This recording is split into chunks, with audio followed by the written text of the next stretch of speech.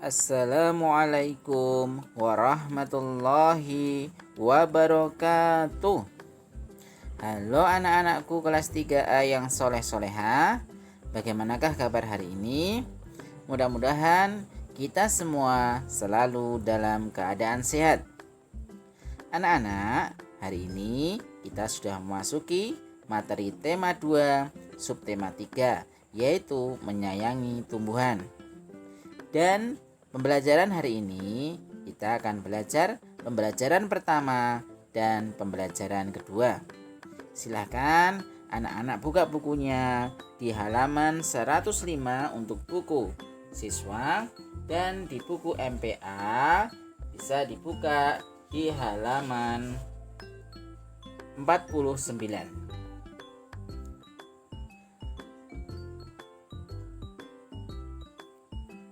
Untuk materi yang akan kita pelajari pada hari ini, diantaranya yang pertama, menyampaikan kembali isi wawancara.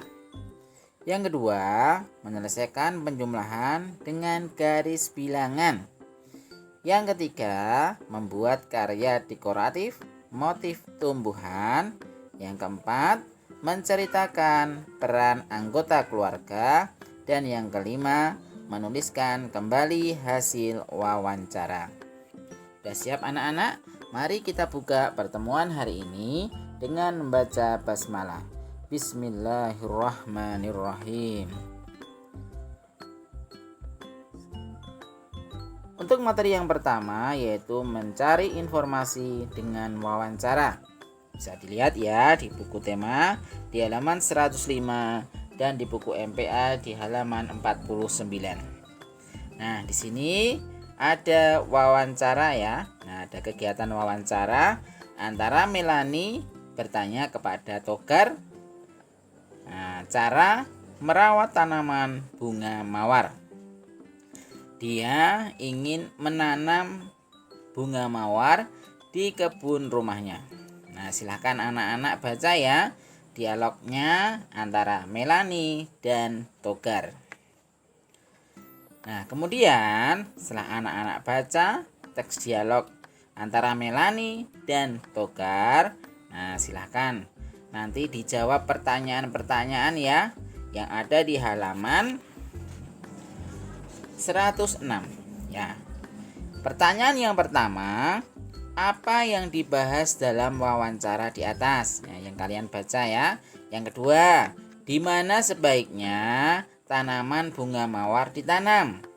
Yang ketiga, berapa perbandingan campuran tanah, pasir, dan pupuk kandang untuk menanam tanaman? Yang keempat, apa tujuan lubang di dasar pot? Dan yang kelima, apa fungsi pecahan genteng pada dasar pot? Nah, silahkan dijawab ya 5 pertanyaan tersebut. Kemudian dikirimkan ke Google Classroom ya.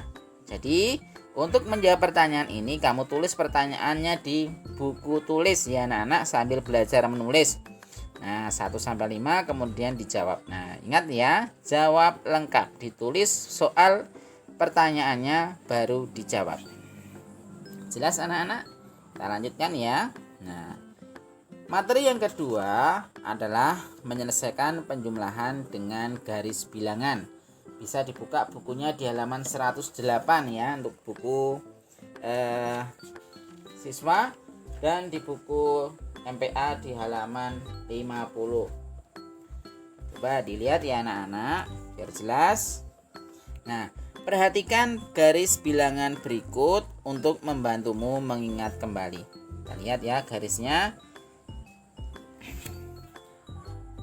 Nah, bilangan yang urut dapat ditampilkan dalam bentuk garis bilangan.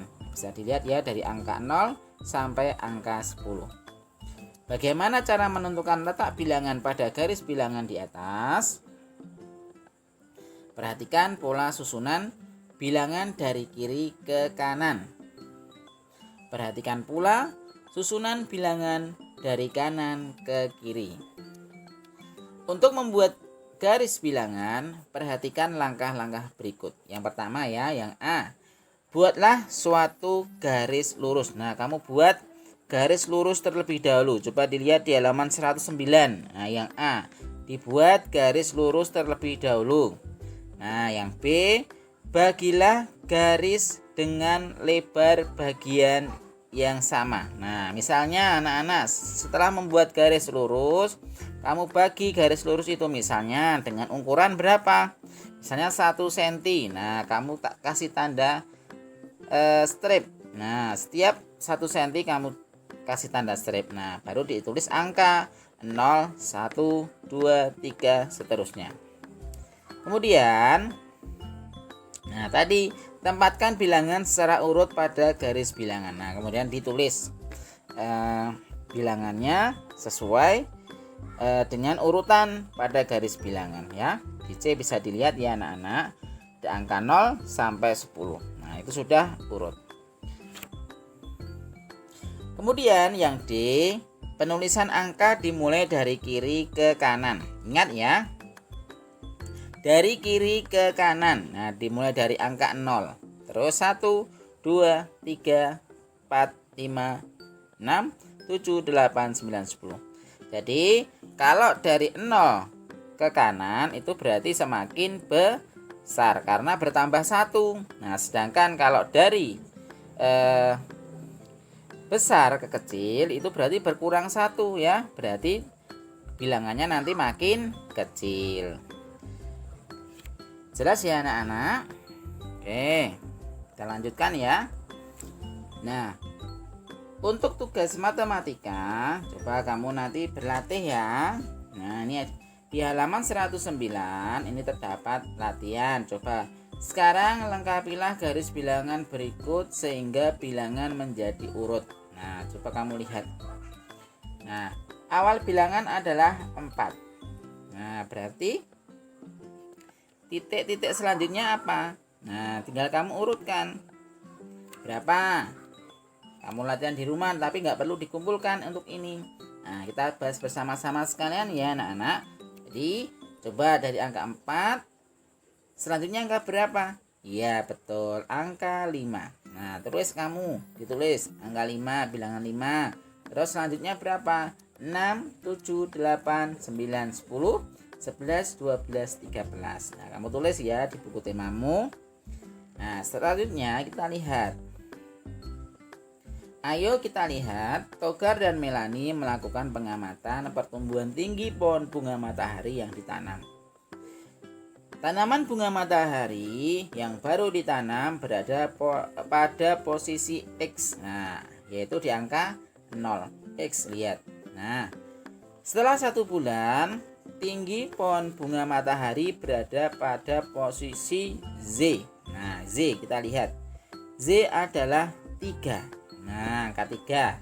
Nah, jadi kita lihat pertumbuhan tanaman bunga matahari selama 1 bulan ternyata sebesar 3 satuan, yaitu dari titik X yaitu 0 menuju titik Z yaitu berapa? Angka 3. Nah, jika dituliskan bentuk penjumlahannya adalah sebagai berikut. 0 ditambah 3 sama dengan 3. Jelas ya anak-anak? Nah, dari X ke Y 0 sampai 3. Kita lihat contoh selanjutnya.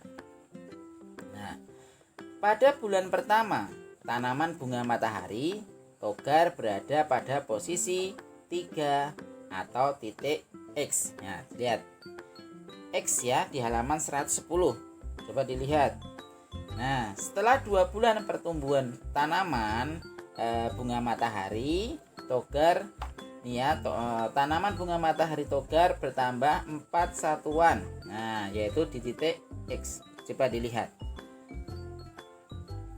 Yang pertama adalah 3, berarti 0 sampai 3 itu berada di titik X 3. Sedangkan Z, titik Z ya, ini berada di posisi bertambah 4 satuan. Berarti 3 ditambah 4. 3 ya 0 4 5 6 7 berarti di angka 7. Nah, kita lihat bentuk penjumlahannya adalah 3 tambah 4 sama dengan 7. Jelas ya anak-anak? Berarti penjumlahan dalam garis bilangan 3 tambah 7 sama dengan 3 tambah 4 sama dengan 7. Nah, sekarang kamu coba hitung ya. Nah, coba latihan di rumah. Ada soal di halaman 110. Nah, di sini ada latihan. Sudah ada garis bilangannya, tinggal kamu tulis sesuai dengan garis bilangannya ya. Nah, ada soal nomor 1 3 tambah 4. Nah, berarti ini sudah ada seperti yang dicontoh, tinggal kamu tulis. Nah, ditulis sesuai dengan contoh ya. Nah, 2 4 5 2 3 4 5 tinggal kamu kerjakan ya. Di buku paket saja ya. Untuk ini di buku paket ya, untuk latihan matematika. Jelas anak-anak? Oke, kita lanjutkan materi selanjutnya. Menggambar motif tumbuhan. Bisa dilihat di buku halaman 111 ya. Atau kalau di MPA ada di halaman 51. Kita lihat motifnya ya. Nah, menggambar dekoratif adalah menggambar dengan tujuan untuk menghias permukaan barang atau memperindah barang. Gambar dekoratif kebanyakan berupa motif hias atau ragam hias. Motif hias banyak terdapat pada candi, kain tenun, kain batik, ukiran kayu, dan perabot dari perak atau kuningan. Menstilir. Ya, di sini ada kata menstilir. Apa itu? Menstilir bentuk. Nah, berarti mengubah bentuk menjadi indah tanpa meninggalkan sifat aslinya. Ya, coba ya. Di sini ada kata menstilir. Coba kamu lihat di buku temamu ya. Di halaman 111 di bawah gambar itu kamu garis bawahi ada kata menstilir bentuk. Nah, itu kamu garis bawahi ya. Selain itu juga ada pengertian menggambar dekoratif. Nah, itu kamu garis bawahi juga ya. Sekali lagi, menstilir bentuk berarti mengubah bentuk menjadi indah tanpa meninggalkan sifat-sifat aslinya. Ya anak-anak, garis bawahi ya.